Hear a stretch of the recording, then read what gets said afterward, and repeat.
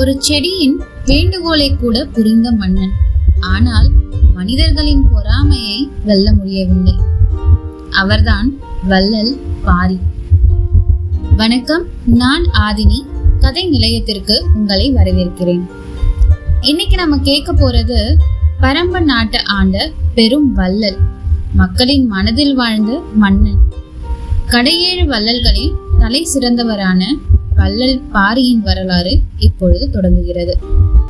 கதை தொடங்கும் முன் ஒரு சின்ன விஷயத்த உங்களோட பகிர்ந்துக்கணும்னு ஆசைப்படுறேன்.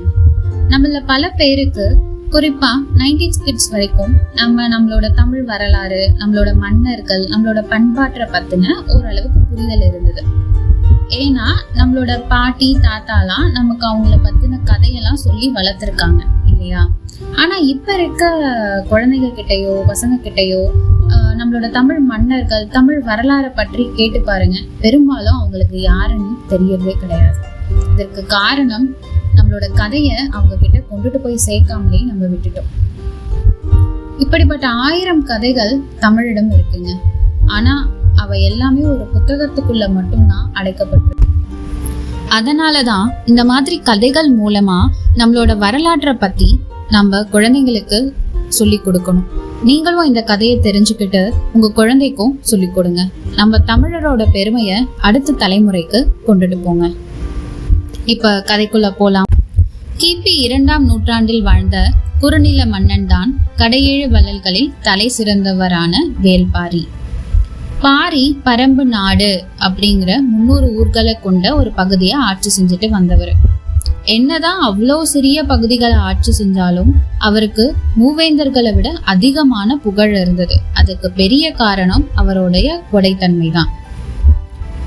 யார் உதவின்னு கேட்டு வந்தாலும் இல்லைன்னு சொல்லவே மாட்டார்.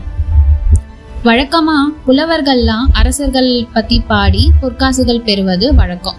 ஆனா பொற்குவியலையே பரிசா அளிப்பது பாரி மன்னர் மட்டும்தான். அதனாலேயே பாண்டிய, சோழ, சேர நாட்டு புலவர்கள்லாம் பரம்பு மலைக்கு படையெடுத்தாங்க. பரம்பு நாடு அப்படின்றது சாதாரண நிலம் இல்லைங்க. மலைகள் சூழ்ந்த பகுதி, காடுகள் நிரம்பிய பகுதி, நீரோடைகள் வற்றாமல் ஓடிய பகுதி, மக்கள் அவ்வளவு வளமாக வாழ்ந்த ஒரு நிலம். மரத்துக்கு மரம், தேன் கூடுகள்லாம் அடையடையா இருக்குமாமா. வண்ண வண்ண மலர்கள் பார்க்கறதுக்கே கண்கொள்ளா காட்சியா இருக்குமாமா. அந்த அளவுக்கு பரம்பு மலை அழகானதாமா. சரிங்க, ஆனா பாரியின் பெயரை 1000 ஆண்டுகளா நம்ம ஞாபகம் வச்சிருக்கிறதுக்கான ஒரு சம்பவம் இருக்கு இல்லையா? அந்த கதையை இப்ப பார்க்கலாம். ஒரு நாள் பாரி மன்னர் தன்னோட தேர்ல பயணம் செஞ்சுட்டு இருந்தாராமா. திடீர்னு தேர் நின்னுச்சு. பாரி மன்னர் இறங்கி போய் பார்த்தாரு. ஒரு முல்லைக்கொடி படர்வதற்கு மரமோ ஒரு கம்போ இல்லாம தவிச்சிட்டு இருந்துச்சாமா.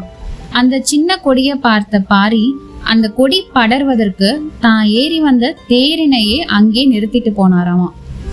ஆமா, இந்த ஒரு சின்ன முல்லைக்கொடிக்காக தன் அரச தேரையே கொடுத்துட்டாருங்க. இதை கேட்கும் போது கூட நமக்கு ஆச்சரியமா இருக்குல்ல? ஆனா இதுதான் பாரி மன்னர். இதை கேட்ட மக்கள் எல்லாம் திகச்சு போனாங்க. புலவர்கள் புகழ்ந்து பாடினார்கள். இந்த ஒரு செயல்தான் பாரி வள்ளல்களையே தலை சிறந்தவராக போற்றப்படுகின்றார். பாரி மன்னரோட வாழ்வுல ரொம்ப முக்கியமான ஒரு நபர் புலவர் கபிலர். மதுரை மாநகர சங்கத்தில் தலைமை புலவராக இருந்தவர் கபிலர். பாரி மன்னருக்கு அவரோட நட்பு வச்சுக்கணும் அப்படின்ற ஆசை வந்துச்சுங்க. பாரி மன்னரும் நேர்ல போயிட்டு கபிலரை அழைச்சாரு. கபிலரும் பாரியினோட அன்புல மயங்கியே போயிட்டாரு. பரம்பு மலைக்கும் வந்தாரு. இவங்க 2 பேரும் ரொம்ப நெருங்கிய நண்பர்கள் ஆயிட்டாங்க. கபிலர் பாரி மன்னரை பாராட்டி நிறைய பாடல்கள் பாடியிருக்கிறாரு. இந்த நட்பு தமிழ் வரலாற்றிலேயே மிகவும் ஆழமான நட்பா நம்மளோட வரலாற்றுல பதிக்கப்பட்டிருக்குங்க. ஆனா உலகம் நல்லவர்களை அவ்வளோ எளிதில் விடாது இல்லையா? பாரியின் புகழும் நாள்தோறும் அதிகமாயிட்டே இருந்துச்சு. மக்கள் அவரை அவ்வளவு நேசிச்சாங்க. இதெல்லாம் பார்த்த மூவேந்தர்களுக்கு பாரியின் மீது ஒரே பொறாமை. ஒரு சிறு நாட்டினோட மன்னன் இந்த பேரரசர்களை விட எப்படி இவ்வளோ பெருமையை எடுத்துக்க முடியும்? இதெல்லாம் அவங்களால ஏத்துக்கவே முடியல. அவங்க 3 பேரும் ஒன்னா இணைந்து பரம்பு நாட்டையே முற்றுகையிடுறாங்க. மலை நாடு அப்படின்றதுனால பரம்பு மலையை வெல்றது அவ்வளோ எளிதல்ல. பாரி மன்னரும் தீவிரமா எதிர்த்து நின்னாரு. அவரது மக்களும் அவருக்காக உயிரை கொடுக்கவே தயாரா நின்னாங்க. பல நாட்கள் போர் நீண்டது. ஆனால் பாரி மன்னரோட மனம் தளரவே இல்லை. இறுதியில தந்திரமும் சூழ்ச்சியும் நடந்ததாக வரலாறு சொல்கிறது. நேரடியா பாரிய வெல்ல முடியாது அப்படின்னு தெரிஞ்சுக்கிட்ட மூவேந்தர்கள் வேற வழி இல்லாம பாட்டு பாடும் பாணர்கள் போல வேடம் அடைந்து பாரியோட அரண்மனைக்கு போயிட்டு ஆடி பாடி அவரை மகிழ்வித்து அவர்கிட்ட பரிசும் கேட்டாங்க. என்ன பரிசு வேணும்னு கேட்டாங்க தெரியுமா? உங்கள் நாடும் உங்கள் உயிரும் வேண்டும் அப்படின்னு தயங்காம கேட்டார்கள். இப்ப இந்த கதையை கேட்கும் போது உங்களுக்கு கண்ணீர் வரும். இல்லை என்று சொல்லும் பழக்கம் இல்லாத வள்ளல் பாரியோ சம்மதம் தெரிவிக்க வள்ளல் பாரியை கொலை செய்து விட்டு மூவேந்தர்கள் வெற்றி களிப்பில் கூத்தாட தமிழ் அன்னையும் தர்ம தேவதையும் தலை குனிந்தனர். கொடை செய்வதையே பழக்கமாக கொண்ட பாரி மன்னர் தன் உயிரையும் கொடையாகவே கொடுத்தார். இந்த உலகில் இப்படி ஒரு மன்னன் இருந்தானா அப்படின்ட்டு நம்ம மனசு கேட்குது இல்லையா? பாரி இறந்த செய்தி கேட்ட கபிலர் மிகவும் நொந்து போனார். தன்னாலதான் பாரி உயிர் போச்சு அப்படின்னு ரொம்ப வருந்தினார். இனிமே நம்ம உயிரோடவே இருக்கக்கூடாது அப்படின்னு கபிலர் நினைச்சாரு.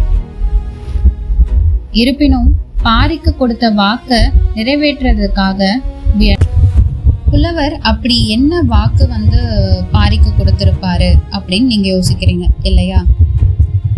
பாரி மன்னருக்கு 2 மகள்கள். அவங்க பேரு அங்கவை, சங்கவை. பாரி இறந்ததுக்கு அப்புறம் மூவேந்தர்கள் மீது இருந்த பயத்தினால எந்த மன்னர்களுமே பாரி மன்னர் மகள்களை திருமணம் பண்ணிக்க முன் வரல.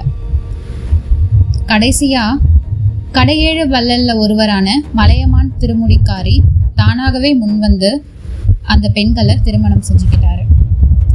கபிலரும் தன் கடமையை செஞ்சுட்டோம் அப்படின்ற சந்தோஷத்துல தன்னோட உயிரையும் மாய்த்து கொண்டார். இந்த நட்பு வரலாற்றுல என்னைக்குமே மறையாது. அதான் நமக்கு என்ன உணர்த்துதுன்னா, முதல்ல கொடை என்பது பணத்தால மட்டும் இல்லை, மனதால் கொடுப்பதுதான் உண்மையான கொடை. 2, ஒரு சின்ன உயிரும் இந்த உலகத்துல மதிக்கப்பட வேண்டும். சின்ன கொடிக்காக தன்னுடைய தேரையே கொடுத்தவர் வள்ளல் பாரி. 3வது, உயிரை விட பெரியது நட்பு அப்படின்றத காமிச்சிருக்காங்க. பாரி மன்னரோட கதை உங்க மனசுல ஆழமா நின்று இருக்கும்னு நம்புறேன். இந்த மாதிரியான வரலாற்று சிறப்புமிக்க கதைகளை தொடர்ந்து பேசுவோம். கதை நிலையம் சேனலை சப்ஸ்கிரைப் பண்ணுங்க. நன்றி, வணக்கம்.